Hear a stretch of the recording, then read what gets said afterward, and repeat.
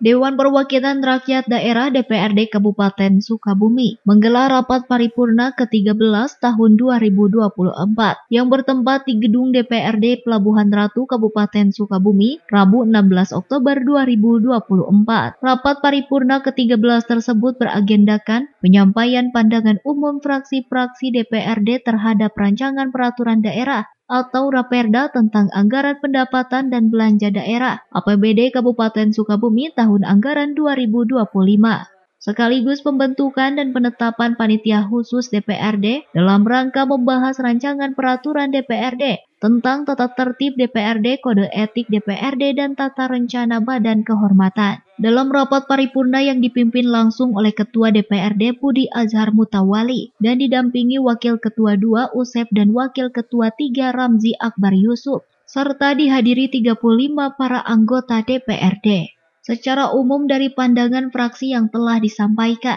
terdapat beberapa catatan di antaranya saran pendapat, koreksi, dan pertanyaan yang ditujukan kepada Bupati dan pemerintah daerah tentang APBD tahun anggaran 2025. Sebelumnya hari Senin kemarin bahwa kita sudah menerima nota Bupati dan paripurna hari ini adalah melaksanakan paripurna untuk pandangan fraksi-fraksi terhadap nota pengantar Bupati APBD 2025. Jadi fraksi sudah menyampaikan pandangan, tinggal mungkin dilanjutkan besok rapat paripurna jawaban dari pandangan fraksi tersebut oleh Pak Bupati. Dan tadi juga disampaikan pengumuman anggota Pansus untuk membahas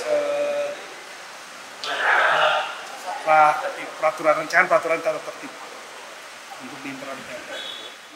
Selanjutnya DPRD akan kembali menggelar rapat terkait pendapatan, penjelasan, keterangan, dan jawaban dari Bupati Sukabumi sebagai penyempurna dari Raperda pada Kamis 17 Oktober 2024 mendatang. Dari Pelabuhan Ratu, Kabupaten Sukabumi, Indra Sopian, Tim Liputan MGS TV melaporkan.